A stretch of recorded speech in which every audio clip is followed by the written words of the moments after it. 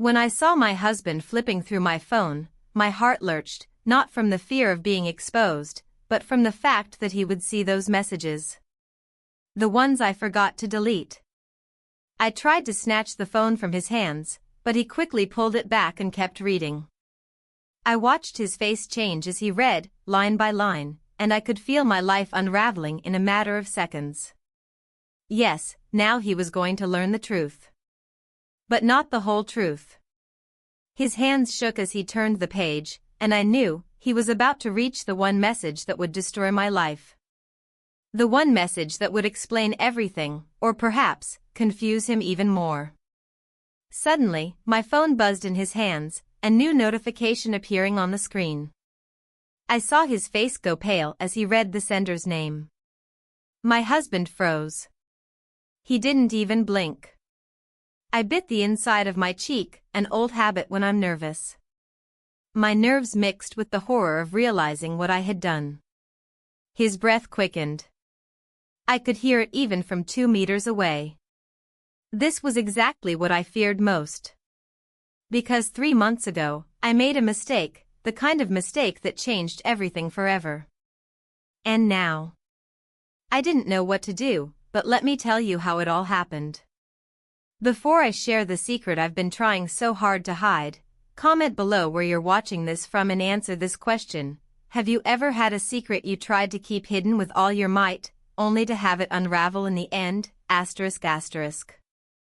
It was an ordinary morning, one of those days that should have been like any other. I was in the kitchen, pouring my coffee, the steam rising in soft curls as I listened to the quiet hum of the house around me. My husband was at the table, his back to me, engrossed in his phone. It had become a morning ritual, him, lost in the digital world, and me, pretending it didn't bother me. But today, something felt different. I glanced over at him, my eyes catching the edge of his screen. I could see the familiar text bubble shape, but the messages, they were mine. My heart skipped a beat, not because I thought he might find out, but because there they were, the messages I had failed to delete. The ones I told myself I would deal with later, the ones that weren't just messages, but symbols of a mistake I could never take back. My phone buzzed on the counter. It was a message from him, the one who had become everything I couldn't ignore. I felt a twinge of guilt, but also something else, something deeper. I didn't know what to do with this feeling. Should I intervene? Should I make it all disappear? I set the coffee cup down with a little more force than I intended, the sound snapping me back to reality. He looked up, his eyes meeting mine for the briefest second, but it felt like an eternity. The air between us thickened, and for the first time in a long while, I couldn't tell if he was looking at me with concern or indifference. "You look distracted," he said, his voice breaking the silence.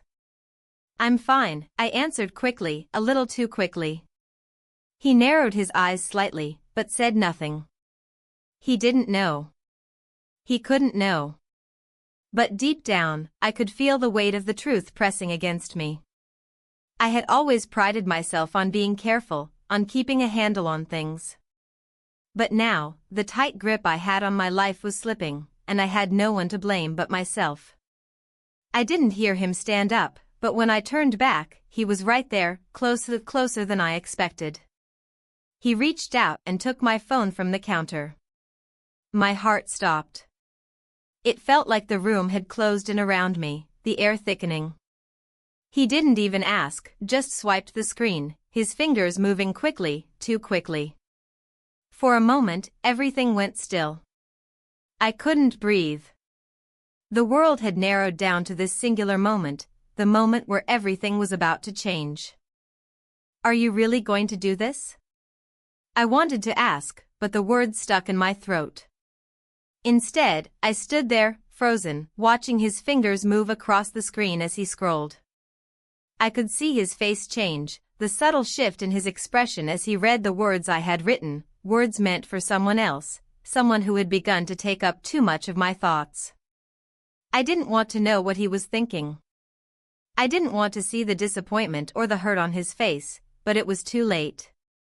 I was already seeing it. His breath hitched, just for a moment, as he read the last message, the one I'd sent late last night, the one that had haunted me ever since. The one that said everything I wasn't sure I could admit to myself. It wasn't a confession of love or an apology. It was worse. It was a crack in the armor, a slip, a moment of weakness. And now he was reading it, absorbing it, and in that instant, I could feel my whole world teetering on the edge. I didn't mean for this to happen, I wanted to say, but the words weren't enough. They never were. The silence between us stretched, and I watched him. His fingers tightened around my phone, but he didn't speak. He just kept reading, his eyes moving over the words like he was trying to make sense of them, as if he didn't quite believe what he was seeing. I knew what was coming. I had been expecting it, but that didn't make it any easier. In fact, the anticipation was worse. Because once he knew, once the truth was out, there would be no going back. "Why?" he finally asked, his voice low, almost strained. It wasn't an accusation, not yet, but it was enough. I hesitated, my hands shaking as I reached for the mug of coffee. My fingers grazed the edge, but I didn't pick it up. I couldn't. "I don't know." The words hung there, too weak to be a confession but too heavy to be a denial. He handed me my phone, and I took it, my hands trembling as I looked at the screen. I saw the name of the person I had been messaging, the person who had turned my world upside down. "Are you seeing him?" he asked, his voice barely above a whisper. I couldn't answer right away. It wasn't because I didn't want to, but because the answer was more complicated than I could explain. "I don't know what to say," I finally admitted. It just happened. The words felt too simple for everything that had led up to this. Too simple for the weight of the guilt that had been pressing on my chest, threatening to suffocate me for weeks. He didn't say anything for a long time. Instead, he just stood there, his face unreadable, his eyes focused on mine with an intensity one hadn't seen in years. In that moment, I could feel the distance between us growing, the space widening until I didn't know if we could ever bridge it again. And then, just when I thought I couldn't bear it any longer, he turned and walked away. His footsteps were quiet, but they seemed to echo in my mind. I wanted to stop him, to beg him to stay, to explain, but I didn't. I couldn't. Because I knew that once the truth was out, nothing would ever be the same again. I stared at my phone, at the messages that had led me here, and realized something I hadn't fully acknowledged before. I had crossed a line, one that couldn't be erased. Not by apologies, not by explanations. It was too late for that. The silence was deafening. This was the beginning of the end. I stood there for what felt like an eternity, watching his retreating figure as he walked into the other room. Every step he took felt like a hammer pounding into the fragile construct of my life, the life I had built over the years, which was now crumbling with each passing second. My hands were still trembling as I held my phone, the words on the screen staring back at me like a confession, a silent reminder of the mistake I had made. The silence in the house was unbearable. It hung heavy, oppressive. I could hear the distant hum of the refrigerator, the ticking of the clock on the wall, but nothing else. I wanted to scream, to make some noise to break the tension, but the words were stuck, trapped inside me. I had been so careful, so cautious. But carelessness had crept in slowly, like a slow tide that you only realize is flooding your home when it's already too late to stop it. What had I done? I looked at my phone again, as if hoping it might offer some answers. But of course, it didn't. The messages were still there, still real, still a stark reminder of the choices I had made. It wasn't like I had planned it, not at first. It had started so innocently. The occasional chat, the flirtatious comments that meant nothing, or at least that's what I had told myself. But then it had crossed a line. And now here I was, standing in the aftermath of something I couldn't undo. I moved mechanically to the couch, collapsing onto the cushions with a soft sigh. The weight of what I had done pressed down on me, but strangely, there was no immediate sense of guilt. Not the kind I expected. Instead, there was a hollow emptiness, a sense of disconnect. I had crossed a line, yes, but the consequences hadn't hit me yet. It was as if my body was preparing for a storm, but the storm hadn't yet arrived. I tried to think back to before everything had started changing. Before the phone calls, the late-night texts, the stolen moments. How had it happened? How had I allowed myself to get so close to him, to feel so drawn in?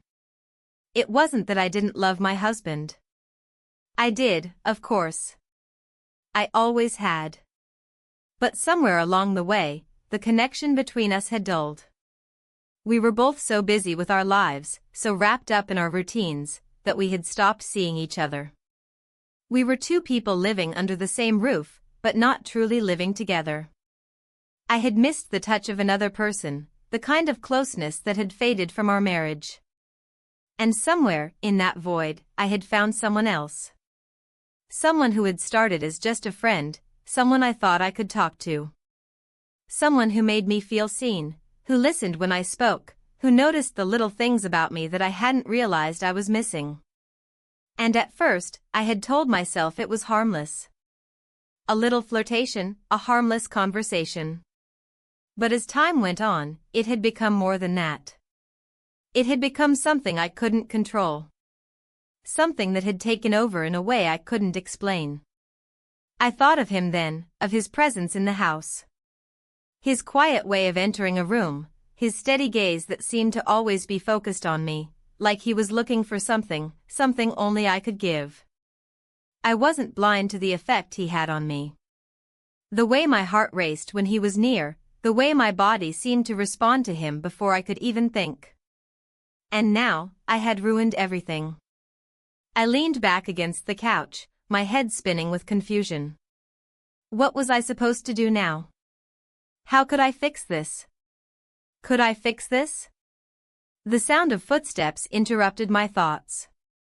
My husband had returned, and though he hadn't said anything, I could feel his presence in the room. His gaze was heavy on me as he stood just outside the doorway, watching me. I didn't know what to say, and honestly, I didn't know if I could say anything at all. The words felt stuck in my throat, unwilling to come out. I need to know, Laura, he finally said, his voice quiet but firm. I turned to look at him, and his expression was unreadable. There was no anger, no immediate accusation, just that emptiness that felt even worse. It wasn't the rage I expected, but something colder. Something more final. Tell me it's not true, he continued. Tell me I'm wrong about this. I wanted to tell him it wasn't true, to take it all back. But the truth was, it was true. And the words stuck in my throat because I knew nothing could change what had happened. Nothing could erase the feelings I had allowed myself to have. I stared at him for a moment, searching his eyes for something, anything, that would make this easier. But there was nothing. There was only the quiet tension, the space between us that had grown too large to bridge.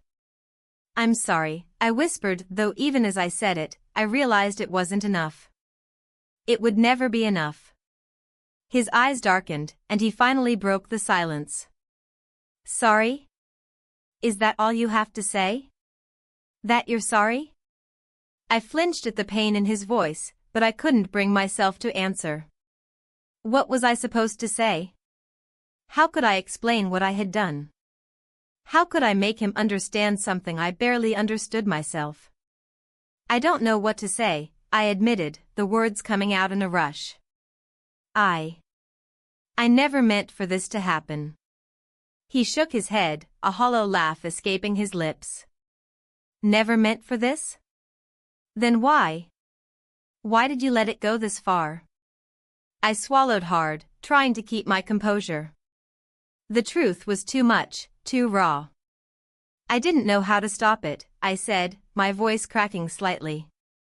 I don't know why I let it happen, but I did. And now Now everything is ruined." He stared at me for a long moment, as if weighing my words, before finally turning away. "I don't know if I can forgive you for this," he muttered, more to himself than to me. The finality in his tone hit me like a slap, and for the first time in weeks, I felt the full weight of my actions. The life I had known, the life I had built with him, was slipping away. And I didn't know how to stop it. I sat there, numb, as he walked away. The house felt even emptier than before, as though it was not just him who had left but something deeper, something that could never be fixed. I had made my choice, whether I was ready for it or not. And now I had to live with the consequences. But what happened next? What would I do with myself now? I had no answers. Only silence. And the crushing weight of knowing that there was no turning back. The house felt colder than usual after he left. The silence was suffocating, wrapping itself around me like a heavy, damp blanket. I sat there for what seemed like hours, my thoughts spinning in circles. What did I expect would happen? I had been reckless, and now I was faced with the consequences. The sound of the front door closing echoed through the empty house, and I felt a pang of guilt in my chest. He had left, but I wasn't sure if it was to get space or if he was leaving for good. I didn't know if I even wanted to know the answer. I looked around the living room, the familiar furniture, the photographs on the walls, the life we had built together. Everything seemed so fragile now, so easily shattered. My heart was heavy with the weight of my actions, and yet, it still didn't feel like enough. I had done something that couldn't be undone, and I had no idea how to fix it, how to make it right. I stood up from the couch, my legs feeling weak, and walked over to the window. I couldn't see him, couldn't tell if he was still outside or if he had already driven off. It didn't matter. What mattered was that he knew. He knew what I had done. And nothing would ever be the same again. I looked out at the street, watching the world go by, but feeling so detached from it all. The people walking on the sidewalk, the cars passing by, it was like I was in a different world, one where everything was slipping out of my control. I turned away from the window and grabbed my phone, scrolling through the messages I had exchanged with him. My heart skipped a beat when I saw his name on the screen. I hadn't heard from him since the last message. The words I had written to him felt like a distant memory now. They had meant something once, but now they were just part of the mess I had created. I stared at the screen, my fingers hovering over the keyboard, unsure of what to do. I wanted to send him a message, to apologize, to explain. But what could I possibly say that would make any difference? I had already crossed the line. I had already ruined everything. And then, as if on cue, my phone buzzed in my hand. A new message from him. I felt my breath catch in my throat as I read it. *, we need to talk. I'm not sure I can keep doing this. I can't pretend everything is okay anymore. The words hit me like a slap. It was like he had read my mind, like he knew exactly what I was thinking. I had known this was coming. I had been expecting it, but that didn't make it any easier. I wanted to respond, to say something, but the words wouldn't come. How could I explain what had happened? How could I explain the mess I had made of everything? I put the phone down on the counter and ran my hands through my hair, pacing the room. The walls felt like they were closing in on me. I didn't know what to do, where to go. The house no longer felt like a home. It felt like a prison, and I was trapped inside. I needed to talk to him. I needed to fix this, somehow. But what if it was too late? What if there was no way back? What if he was right and this was the end? I didn't know how much time had passed when I heard the sound of a car pulling up in the driveway. My heart skipped a beat, and I froze.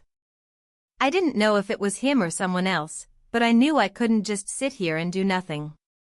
I walked to the door, my hands shaking, my mind racing.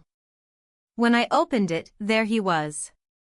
He didn't look angry, not in the way I had expected. He looked exhausted. Like he had been carrying a weight for far too long, and now it was all crashing down on him. "I came back to talk," he said quietly, his voice low and tired. "But I don't know if I'm ready to hear what you have to say." I nodded, not sure what to say, not sure if there was anything I could say. He stepped inside, his eyes scanning the room, taking in the silence between us. It was like we were both waiting for something to change, but nothing was. "I don't know what to do, Laura," he said after a long pause. "I don't know how to fix this. How do we go back? How do we move on from this?" I didn't have an answer for him. I didn't even have an answer for myself. All I knew was that we were both standing on the edge of something, and I didn't know if we would be able to pull back. "I don't know," I whispered, my voice barely audible. "I wish I had the answers. I wish I could take it all back." His gaze softened, but there was still a distance between us. A wall I couldn't break down, no matter how hard I tried. "We can't go back, Laura," he said softly. "I can't just forget what happened. I can't forget what you did." I nodded, feeling the tears welling up in my eyes. I knew he was right. I had done something unforgivable. Something that would haunt us both, no matter what happened next. "I'm so sorry," I whispered, my voice breaking. "I don't know what I was thinking. I don't know how to make it right." He didn't say anything at first. He just stood there, looking at me, like he was trying to decide whether or not he could forgive me. I knew it wouldn't be easy, but I had to try. I couldn't just give up. "I don't know if I can forgive you, Laura," he said finally, his voice steady, but with a hint of sorrow. "But I don't know if I'm ready to walk away yet. I need time. I need space." I felt a pang in my chest at his words. Time and space. It was what we both needed, but it was also what we couldn't afford. Time was something we didn't have anymore. "I understand," I said quietly. "Take all the time you need. I'll be here when you're ready. But I can't make any promises." And with that, he turned and walked out the door, leaving me standing there, alone in the silence once again. I didn't know what the future held, but I knew one thing for sure: everything had changed. And I wasn't sure if we could ever go back. The days following his departure were a blur. The house, once filled with the comfortable chaos of daily life, had turned into a hollow shell. I moved through it like a ghost, going through the motions but feeling like I was drifting, untethered. The silence was deafening, louder than any argument or confrontation could have ever been. I had never realized how much noise we had filled the house with until it was gone. The clink of dishes, the soft hum of the refrigerator, the quiet shuffle of footsteps, all of it was now absent. All that remained was the sound of my own thoughts, which were growing louder and more chaotic with each passing hour. I tried to focus on the small things, working, cleaning, trying to keep myself busy. But the truth hung over me like a shadow, always there, reminding me of the choice I had made and the consequences it had brought.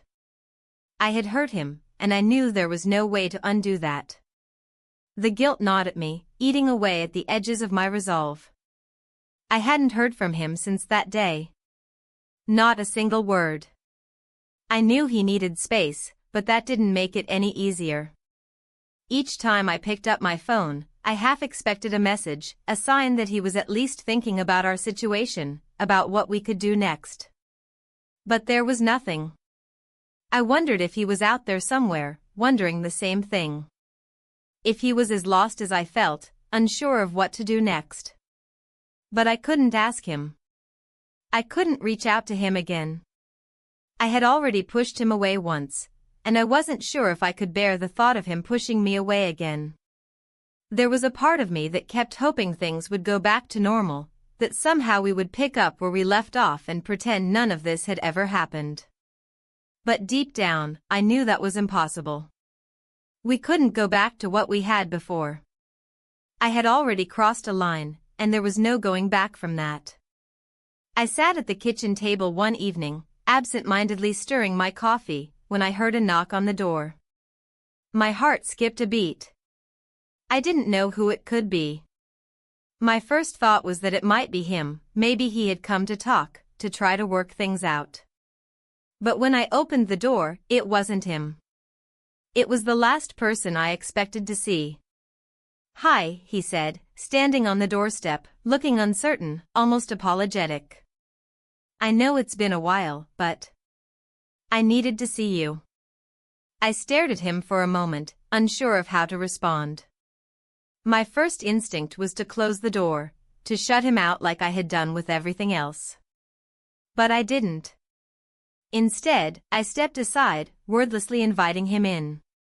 He didn't say anything at first. He just stood there, looking around the house like he was trying to take it all in. I felt the weight of his presence in the room, heavy and unfamiliar. "Is he gone?" he finally asked, his voice low. I nodded, not trusting myself to speak. The lump in my throat made it impossible to form words. I didn't need to say anything, though. He knew. He had to know. "Laura," he said, stepping closer, his voice filled with something I couldn't quite place. "I need to know what happened. I need to know how we got here." I closed my eyes, feeling the sting of his words. How did we get here? That was the question I had been asking myself every moment since he left. I had no answers. I had no explanation for the chaos I had caused. All I had was the truth. The truth that I didn't know how to say out loud. "You know what happened," I whispered. "You know what I did." He shook his head, looking at me with a mixture of pain and confusion. "No. I don't. I can't make sense of any of this. I don't understand why you did it." "I don't understand it either," I said, my voice cracking. "I don't know why I let it happen. But it did." There was a long silence between us. I could feel the tension building, thick and suffocating, but I couldn't seem to break it. I had already broken everything else. What was one more thing? "I didn't want this," I said, my voice barely audible. "I didn't want to hurt anyone. But I did. And now I don't know what to do."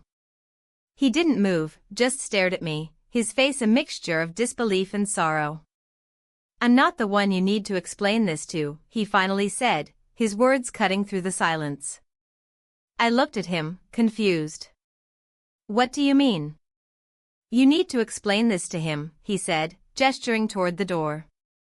"You need to talk to your husband. You need to tell him the truth. Because I can't fix this. Only he can." His words hit me like a slap. I had known, deep down, that this was the truth. But hearing it out loud, from someone else, made it feel more real. I had to face the consequences of my actions. I had to face the man I had betrayed. "I can't," I said, shaking my head. "I can't make it right. I don't know how." "You have to try," he said quietly. "You owe him that much." I felt a wave of guilt wash over me, but there was also something else. Something I couldn't quite name. Fear? Regret? Maybe both. I didn't know what I was afraid of anymore. The truth was, I was afraid of losing him. I was afraid of losing everything. But I had already lost so much. "I'll go," he said after a long pause, taking a step back. "But you need to think about it. You need to decide if you're going to let this be the end, or if you're going to fight for what you still have." I didn't answer him. I just watched as he walked out the door, leaving me standing in the empty house once again. The weight of his words hung in the air, and for the first time in a long time, I felt something stir within me. Maybe it wasn't too late. Maybe there was still a chance. But that chance was slipping away with every passing second. I closed the door behind me, my hands trembling as I leaned against it. What was I supposed to do now? How could I fix this? I didn't have the answers. But I knew one thing for sure: if I wanted to try to save my marriage, I couldn't wait any longer. The next day was like every other, but it felt different. The air was heavy, thick with uncertainty. I walked through the house, moving from room to room, but nothing felt familiar anymore. The walls that had once embraced our life together now seemed cold, distant, like they were witnesses to a crime they could never forget. I hadn't heard from him again. My husband. There had been no messages, no calls, and as the hours passed, it became painfully clear: he needed time, yes, but perhaps, more importantly, he needed space. Space from me, from the lie I had created, from the betrayal I had allowed to fester. I didn't know what to expect, or even what I wanted. I only knew that I couldn't sit in this house, in this silence, forever. But what was I supposed to do? How could I fix something so broken, something that had shattered with a single choice? I sat down at the kitchen table, my coffee cold in front of me, untouched. I hadn't eaten. I hadn't done much of anything except stare at the walls, waiting for something to happen. But nothing did. The world outside carried on, indifferent to the storm that had engulfed my life. I reached for my phone, my fingers hovering over the screen. There were messages waiting for me, and for a brief moment, I thought about deleting them. Pretending like none of it had ever happened. But I didn't. I couldn't. It wasn't just about the messages, it was about everything that had led up to them. He was the one who had opened the door, who had reached out to me when I had felt invisible, when I thought I had been lost. I had walked into that door, and now, I had no idea if I could ever walk back through it again. The phone buzzed in my hands, pulling me from my thoughts. It wasn't a message from him, but from a colleague, someone I hadn't spoken to in weeks. I stared at the screen for a moment, unsure of what to do with it. And then, just like that, I put the phone down again. I couldn't focus on anything that wasn't him. I couldn't think about work or the people outside these walls. I couldn't even bring myself to look at the photos on the walls, the pictures of a life that felt so distant now, so alien. All I could think about was him, about the choices I had made and how they had led us here, to this place of quiet devastation. I stood up, walking toward the living room, but my gaze fell on something unexpected: a photo frame. It was an old one, a picture from our honeymoon, before any of this had ever happened, before I had even met him. I picked it up, my fingers tracing the glass, and for the briefest moment, I remembered what it was like. What it was like before everything became so complicated, before the lines between right and wrong blurred into something unrecognizable. Back then, life had seemed simple. It was just us, together, without any doubts, without anything to hide. The ache in my chest intensified. I wanted that back. I wanted the life I had before I had let myself be swayed by emotions that didn't belong. I had been selfish, reckless, and now I was paying the price. I put the frame back down, trying to push the thoughts away, but they refused to leave. I couldn't help but wonder if he would ever look at me the same way again. If he would ever see me the way he did before. Or had I already lost him? I heard a sound from the front door. The familiar jingle of keys. For a moment, I thought it was him, but then I realized it wasn't. It was the friend, the one who had been a part of everything, a part of the mess I had created. My heart skipped a beat. Why was he here? The door opened slowly, and there he was. His face was unreadable, but his eyes seemed to search mine, as if looking for something that was lost. He took a tentative step inside, but neither of us spoke. The silence stretched between us, thick and heavy. He began, then hesitated. I didn't know if you'd want to see me. I didn't know if I wanted to see him either. But I couldn't lie to myself. I had been waiting for this moment, the moment when everything would finally come to a head. And now it was here. What are you doing here? I asked, my voice barely above a whisper. The question came out harsher than I intended, but I couldn't help it. I was frustrated, confused, and desperate for some kind of clarity. I came to apologize, he said softly, but his words seemed like they were weighing him down. I know this situation is complicated. But I never meant for things to go this far. I never wanted to hurt anyone. You didn't hurt me, I said, though the words didn't feel true. They felt hollow, empty. I had hurt myself, and maybe I had hurt my husband, but in the end, it was me who had walked into this with my eyes wide open. I know you didn't mean to, I continued, though it felt like I was saying it more to myself than to him. But it doesn't change what happened. He nodded, looking at the floor, unable to meet my gaze. I know, he said quietly. I know. There was another silence, and for a moment, I thought about asking him to leave.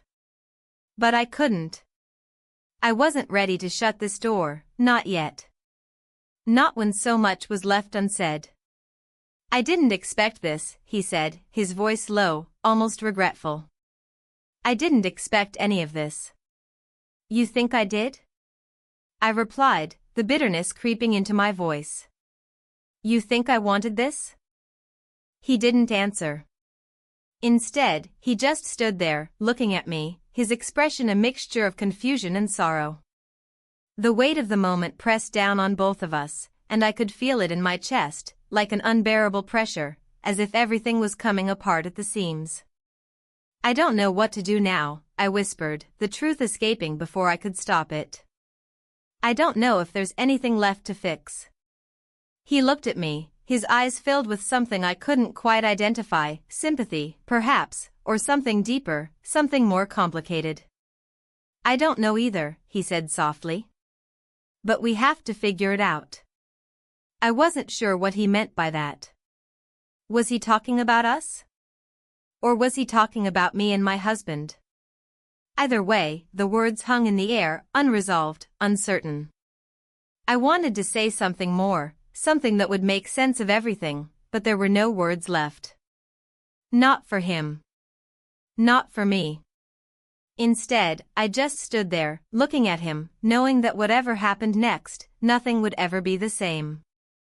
The days that followed were filled with a strange emptiness, a dull ache in my chest that I couldn't shake. It wasn't just the silence between my husband and me, it was everything. The house felt foreign, like a place I had once known but could no longer recognize. Every corner, every room held memories that now felt like ghosts, haunting me at every turn. I had made a choice, and now, I had to live with it. I had expected things to change after that day, after he left. I had prepared myself for the worst, but nothing had prepared me for how alienated I felt. It wasn't just that he had walked away, it was that I had never truly known him, not in the way I thought I had. The weight of everything I had kept hidden had finally caught up to me, and now, all I could do was watch as my life crumbled around me. I had always been the kind of person who liked to think I had control over my own destiny. I liked to believe that if I just worked hard enough, kept my head down, I could avoid the messes others often found themselves in. But here I was, standing in the middle of the wreckage, not knowing how to pick up the pieces. The house was quiet when I woke up that morning. The early light filtered through the blinds, casting long shadows across the floor. I glanced over at the empty side of the bed, the sheets still rumpled from the night before. He hadn't come back. I wasn't sure if he would. I didn't know if I even wanted him to. I stood up slowly, stretching my arms above my head, trying to shake off the remnants of sleep. The day stretched out before me, and for the first time in what felt like forever, I wasn't sure what to do next. I had spent so much time running from the truth, from the consequences of my actions, that now, when it was time to face them, I was paralyzed. I made my way into the kitchen, the scent of fresh coffee filling the air. It was a comfort, the simple act of brewing coffee, a routine that had remained unchanged through everything. But as I poured myself a cup, I couldn't help but feel like it was just another distraction, another way to avoid dealing with the reality of my situation. I couldn't keep running. I couldn't keep pretending like everything was fine. I had to face the consequences of what I had done. And yet, the thought of it made my stomach turn. How could I fix something that felt so broken? How could I make things right when I had already crossed a line that couldn't be uncrossed? The silence in the house was unbearable. I could hear every creak of the floorboards, every hum of the refrigerator, every tick of the clock on the wall. It felt like the walls were closing in on me, suffocating me with the weight of everything I had done. I had betrayed the person who had trusted me the most, and now I had no idea how to make it right. I took a deep breath and set my coffee cup down on the counter. It wasn't enough. I couldn't just sit here and wait for him to come back, for things to magically fix themselves. I had to take control, even if I didn't know how. But what could I do? What could I possibly say to him that would make everything better? I picked up my phone, hesitated for a moment, and then dialed his number. My fingers hovered over the screen, my heart pounding in my chest. What was I supposed to say? What could I possibly say to fix this? The phone rang twice, and then it went to voicemail. My heart sank. I had known he wouldn't pick up, but still, the silence that followed felt like a rejection. I left a brief message, my voice shaky as I tried to hold back the tears. Please, call me back. We need to talk. I didn't know what I was hoping for. Maybe a sign that he was willing to try, that he was willing to forgive me. But deep down, I knew it wasn't that simple. Forgiveness wasn't something you could just ask for, it had to be earned, and right now, I didn't feel like I deserved it. The day dragged on, and I found myself doing the same things over and over. I cleaned the house, organized things, did anything I could to fill the silence. But it didn't help. I still felt like I was drowning in my own guilt. By evening, I had heard nothing from him. No text, no call. And the longer I waited, the more certain I became that he had made up his mind. He wasn't coming back. The thought of it hit me like a ton of bricks. The reality of it settled deep in my chest, and I could feel the tears threatening to spill over. I sat down on the couch, wrapping my arms around my knees as I stared out the window. The sun was setting, casting a warm orange glow over everything. But all I could feel was cold.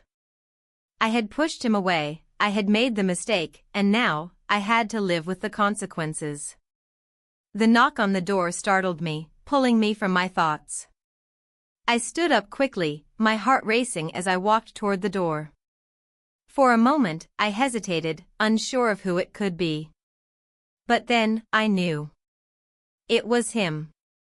I opened the door slowly, my breath catching in my throat. There he was, standing on the other side, looking worn and tired, but there was something else in his eyes, something softer, something that made me wonder if there was hope after all. I need to talk to you, he said quietly, his voice hoarse. I didn't say anything. I didn't have to. I stepped aside, letting him in, and we both stood there in silence for a moment, unsure of where to begin. I don't know what to say, I finally admitted, my voice barely above a whisper. I don't know how to fix this. He didn't respond right away. Instead, he walked past me into the living room, sitting down on the couch. I followed him, standing at a distance, unsure of how to bridge the gap between us. It was like 1,000 unspoken words hung in the air, filling the room with tension. I don't know if I can forgive you, he said after a long pause, his voice soft but steady. But I don't know if I can let you go either. I didn't know what to say to that. How could I ask for forgiveness? How could I ask him to stay when I knew what I had done? I'm sorry, I said, the words slipping out before I could stop them. I'm so sorry. I never meant to hurt you. He nodded slowly, his eyes never leaving mine. I know you didn't mean to. But it happened. And we have to figure out what happens next. I wanted to tell him that I would do anything, that I would spend the rest of my life making it up to him. But I didn't say that. Because I knew that nothing I said could take away what had already happened. I don't know where we go from here, I said quietly, my voice shaking. But I'm willing to try. If you are. There was a long silence before he nodded again, a small, uncertain smile playing at the corner of his lips. It wasn't a promise, but it was something. And for now, that was enough. The days that followed felt like a slow descent into a fog. I kept waking up with that same, gnawing emptiness in my chest, the same ache that had been with me since the day everything changed. I couldn't help but wonder if we were truly past the point of repair. Even though he had agreed to try, to let us see where things went, it felt like we were both walking around a tightrope, constantly afraid of falling. The house had become a strange place. It no longer felt like a home. It was a space we both inhabited, but there was no warmth, no shared comfort in the silence. When we spoke, it was more out of necessity than connection. We were two people who were still trying to figure out how to live with the consequences of something irreversible. I would hear him in the other room, his voice low and muffled as he spoke on the phone, dealing with work, with life. There was an absence in his tone, a hollow sound, like he was performing his role but not truly engaged. And I felt the same. I moved through my days, doing the necessary tasks, pretending that everything was okay, but I knew it wasn't. Nothing was okay. I hadn't seen him much these last few days.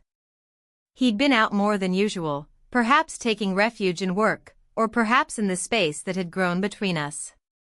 I couldn't blame him. The idea of facing me, of looking at the woman who had betrayed him, must have been unbearable. I had given him the time he needed, though, not because I wanted to, but because I had to. I knew it was the only way we could move forward, even if I wasn't sure where forward led. The phone buzzed in my hand, a text message blinking on the screen. For a brief moment, I hesitated. It had been a while since I'd seen any kind of message from him. I knew that when he did reach out, it was usually about something small, something neutral. But this time, when I opened the message, my heart skipped a beat. Asterisk, I'm coming home early today. We need to talk. Asterisk. My stomach dropped. I stared at the words, unsure of how to process them. He had come home earlier than usual before, but this felt different. This felt like a decision, a moment of reckoning. I put the phone down on the table, my hands trembling. The words seemed to echo in my mind, reverberating against the walls of the house, bouncing off the corners of my thoughts. We needed to talk. What did that even mean? Was this the moment when everything would finally fall apart? Or was it the moment where we would find a way to piece things together? The uncertainty gnawed at me. I had lived with it for so long now, but it was starting to feel like it was more than just a passing cloud. It was a storm, a force that had already torn through the fabric of everything I had known. And now, we were left standing in the aftermath, trying to figure out how to rebuild, how to move on from the wreckage. I walked through the house, trying to prepare myself for what was coming. I couldn't even tell you what I was preparing for. Was I getting ready for him to walk in, to tell me that he couldn't do this anymore? Or was I hoping, foolishly, that he would come back with a sense of resolve, that he would be ready to fight for us, for the life we once shared? When he finally came home, it was late afternoon. The house felt empty, even though he was standing right in front of me. He didn't say anything at first. He just stood there, his gaze meeting mine for the briefest of moments before he looked away, walking into the kitchen without a word. I followed him, my heart pounding in my chest. I wanted to say something, anything, to break the tension, but I couldn't find the words. There was no way to make this easier. There was no way to undo what had been done.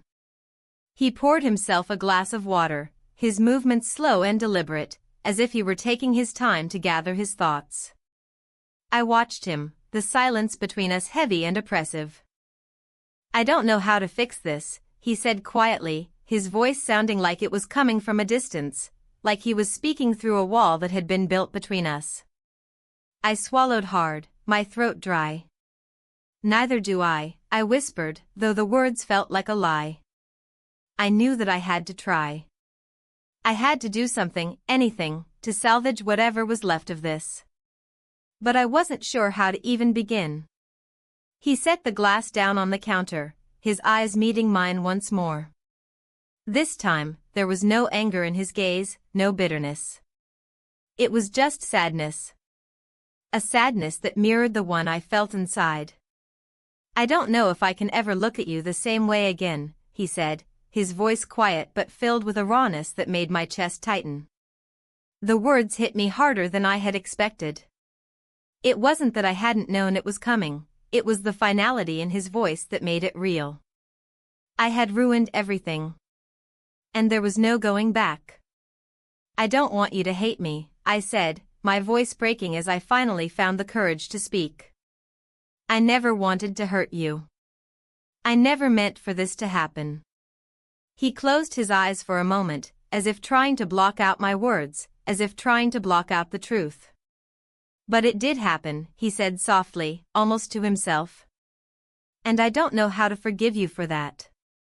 I felt a pang in my chest, the weight of his words pressing down on me. How could I expect him to forgive me? How could I expect anything from him when I had betrayed him in the worst way possible? "I understand," I said, the words coming out in a whisper. "I don't expect you to forgive me. I don't know if I can forgive myself." The silence that followed was suffocating. Neither of us moved, neither of us spoke. It felt like the moment stretched on forever, and in that moment, I realized just how far we had drifted. I couldn't bring myself to look at him.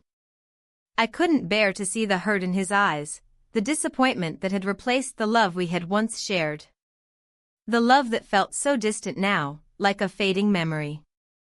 "I don't know if I can do this anymore," he finally said, his voice quiet, but firm. "I don't know if I can keep pretending that things are okay." My heart broke at his words, but I knew they were true. How could I pretend? How could we keep pretending when everything had already fallen apart? "I'll give you space," I said, my voice steady despite the tears that were threatening to fall. "But I need you to know that I'm willing to do whatever it takes to make this right. Even if it's too late." He didn't say anything. He just stood there, looking at me, his face unreadable. I couldn't tell if he believed me or if he had already made up his mind. And with that, he turned and walked out the door again. This time, I didn't follow him. I stood there, rooted to the spot, feeling the weight of his absence. The weight of my mistakes. And for the first time since all of this started, I felt the cold realization settle deep in my bones: it was over. The days dragged on, each one feeling longer than the last. I had convinced myself that the hardest part was over, that the truth had been revealed and now there was nothing left to do but wait for the inevitable. But in reality, I felt more lost than ever. The silence in the house was deafening, but the worst part was the uncertainty. I couldn't shake the feeling that I was waiting for something, anything, that would make this all feel less real. I had tried to keep myself busy, focusing on the small tasks of daily life, but it didn't help. Nothing helped. I had always prided myself on my ability to keep everything together, to maintain control. But now, I had no control over anything. I had lost that long ago, the moment I allowed myself to make a decision that I knew would change everything. And now I was paying the price for it. I found myself sitting in the living room more often than I wanted to admit, staring blankly at the walls, wondering if this was what it felt like to lose everything. I was still married, technically, but in so many ways, I wasn't. The man I had shared my life with for so many years was a stranger to me now. He was physically present, but emotionally distant. And no matter how hard I tried, I couldn't bridge the gap between us. It had been nearly a week since he left that night. A week of silence, a week of waiting. And yet, no matter how much time had passed, the words we had shared still echoed in my mind. I couldn't forget them, couldn't forget the pain in his voice as he told me he didn't know if he could ever look at me the same way again. I didn't know if I could ever look at myself the same way. I heard the sound of the door opening, pulling me from my thoughts. It was the familiar creak of the front door, followed by the soft sound of footsteps on the floor. My heart skipped a beat, and I knew immediately who it was. I didn't need to turn around to know he was standing there. I could feel his presence, like a weight in the room, pressing down on everything around us. I couldn't even bring myself to look at him. I just sat there, staring at the floor, pretending like I wasn't already aching from the mere thought of him. I heard him move toward me, the soft rustle of his clothes as he took a step closer. But he didn't say anything, not at first. The silence stretched between us, and for a moment, I thought maybe he wouldn't say anything at all. Maybe this was it, the final end. But then, his voice broke the silence. "I need to talk to you." I didn't answer right away. I wasn't sure I could. What could I say? What could I possibly say that hadn't already been said?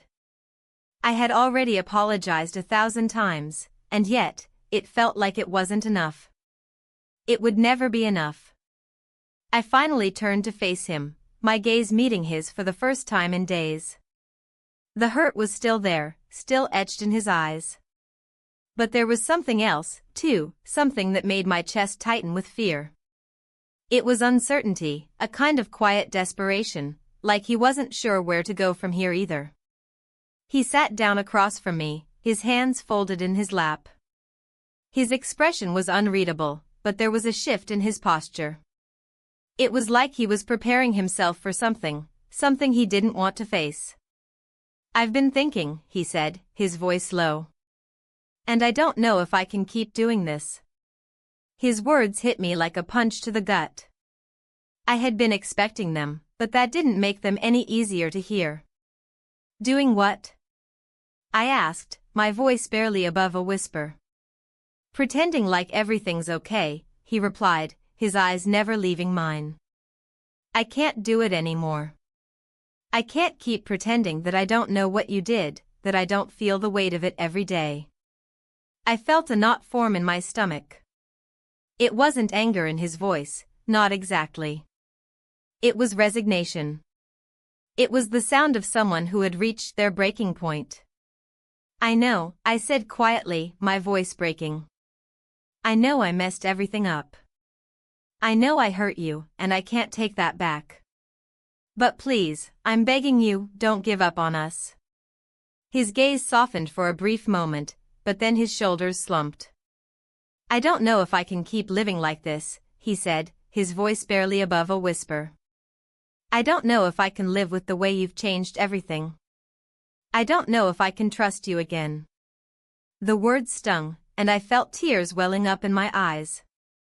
I wanted to reach out to him, to tell him that I would do anything, that I would make it right.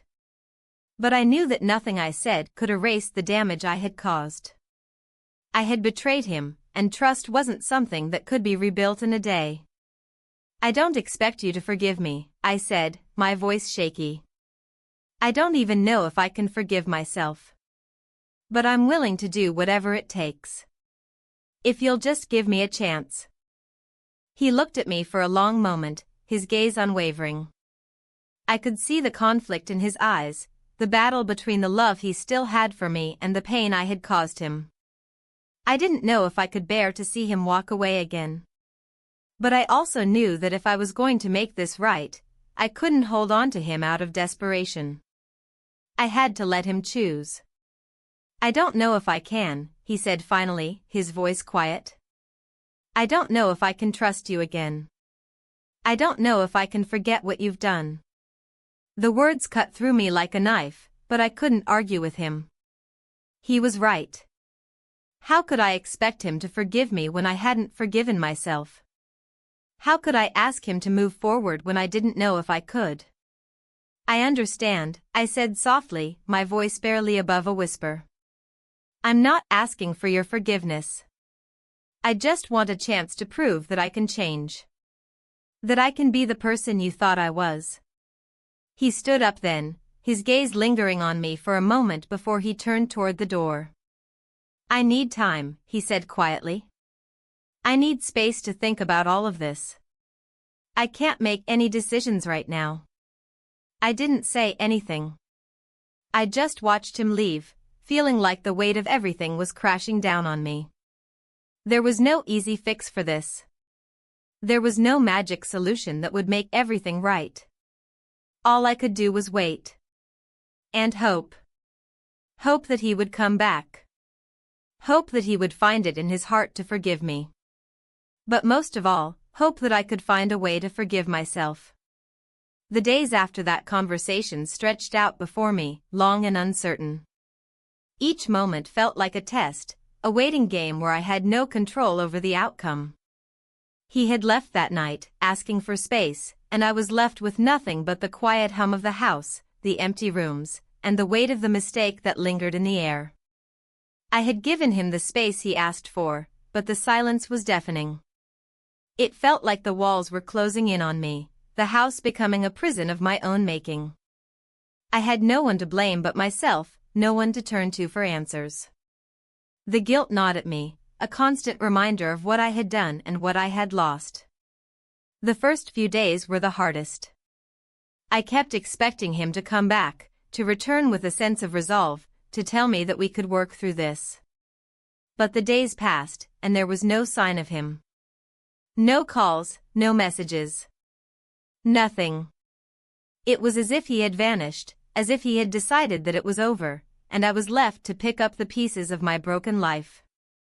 I found myself checking my phone constantly, hoping for some kind of communication, some sign that he was still out there, that he still cared. But each time I picked up the phone, I was met with nothing. The emptiness of the house mirrored the emptiness I felt inside.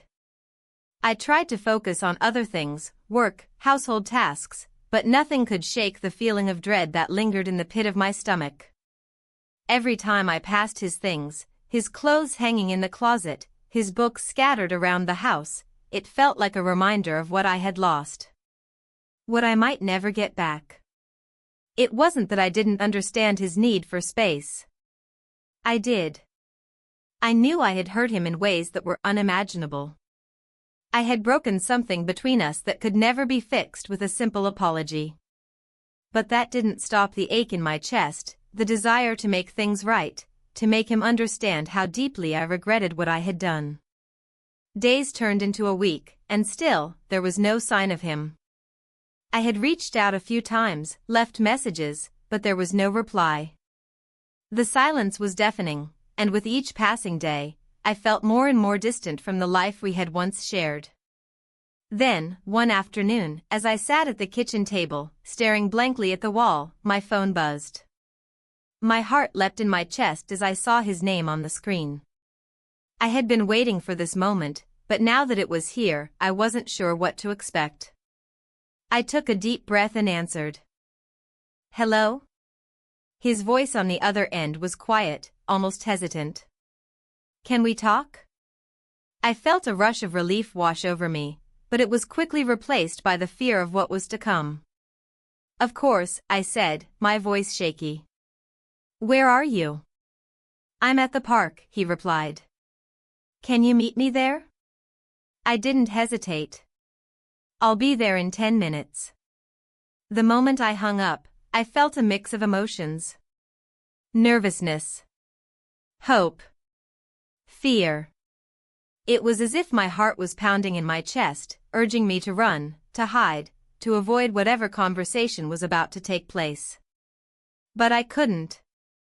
I couldn't run away anymore. I had to face him. I had to face what I had done. I quickly grabbed my coat and headed out the door. The air was crisp, a cold wind cutting through the streets as I walked toward the park.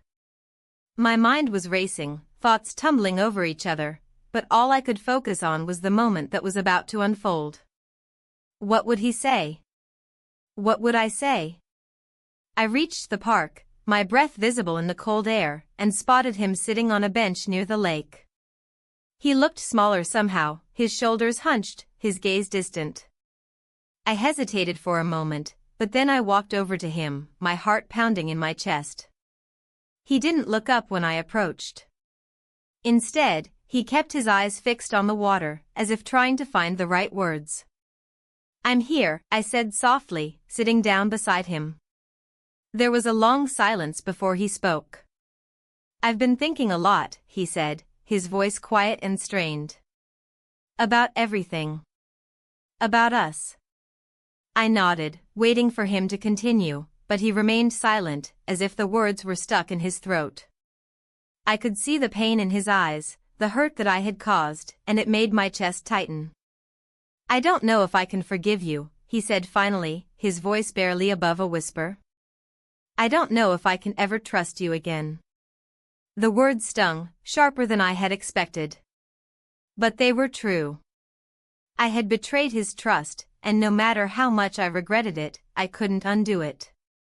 "I don't expect you to forgive me," I said, my voice trembling. "I don't even know if I can forgive myself. But I need you to know that I never wanted to hurt you. I never meant for any of this to happen." He sighed, rubbing his hand over his face. "I know you didn't mean to," he said, his voice filled with frustration. "But it still happened. And now, I don't know where we go from here." I looked at him, my heart aching with every word he said. "I don't know either," I whispered. "But I'm willing to try, if you are." He didn't look at me, his gaze still fixed on the lake. "I don't know if I can. I don't know if I can move past this." I felt the tears welling up in my eyes, but I held them back. "I understand," I said softly. "I'm not asking for you to forget.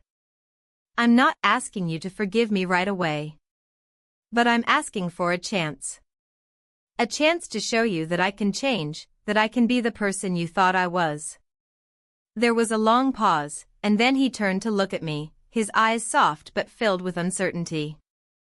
"I don't know if we can go back," he said quietly. "But I'm willing to try, too. If you really want to fix this."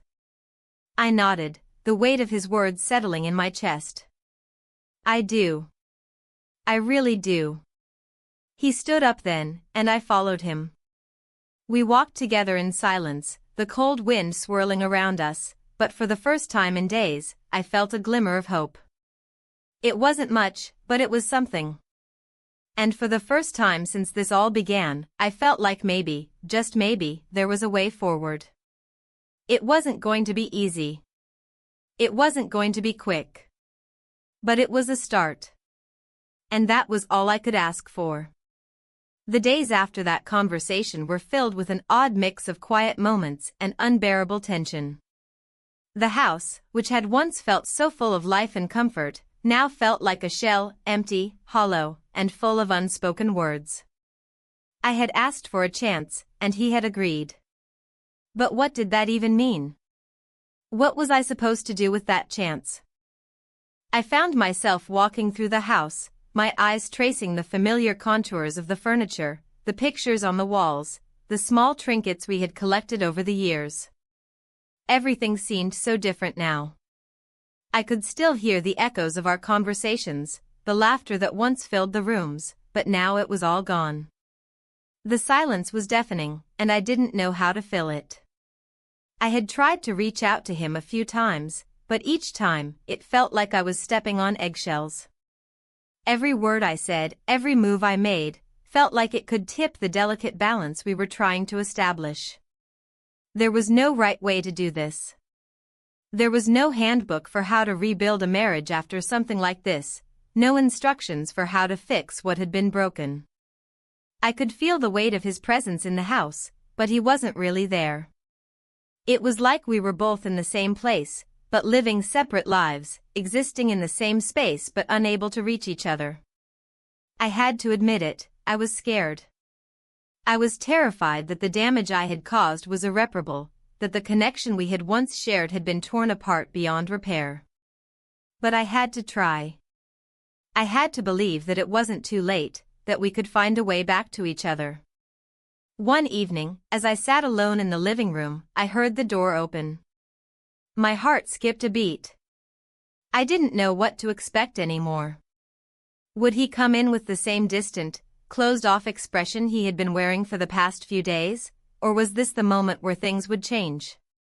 I stood up and walked toward the door, my steps tentative, unsure of what I would find.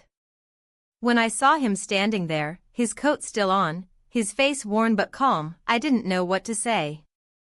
"Hey," he said, his voice softer than I expected. "We need to talk." I nodded, trying to swallow the lump in my throat. "Yeah. I know." He stepped inside, closing the door behind him, and we stood there for a moment, neither of us moving. The tension was palpable, thick in the air between us, like a storm that was waiting to break. "I don't know how we're supposed to do this," he said after a long silence. "I don't know how to go back to what we had. But I can't keep pretending like everything is fine." I nodded again, feeling the tears well up in my eyes. "I don't want to pretend anymore either," I said softly. "I know I've made a mess of everything. I know I hurt you, and I can't take that back. But I'm willing to try to make it right. If you're willing to let me." He looked at me for a long time, as if he was searching for something in my eyes. I could see the doubt in his gaze, the uncertainty. He wanted to believe me, but the trust between us had been shattered. How could he trust me again when I had broken everything? "I don't know if I can ever trust you again," he said quietly. "But I'm willing to give this a chance. To see if we can rebuild something from the mess we've made." I felt a sense of relief wash over me, but it was fleeting. A chance wasn't a guarantee. It wasn't a promise that things would be okay again. It was just a starting point, a fragile hope that maybe, just maybe, we could find our way back to each other. "I don't know where to start," I admitted, my voice barely above a whisper. "But I want to try.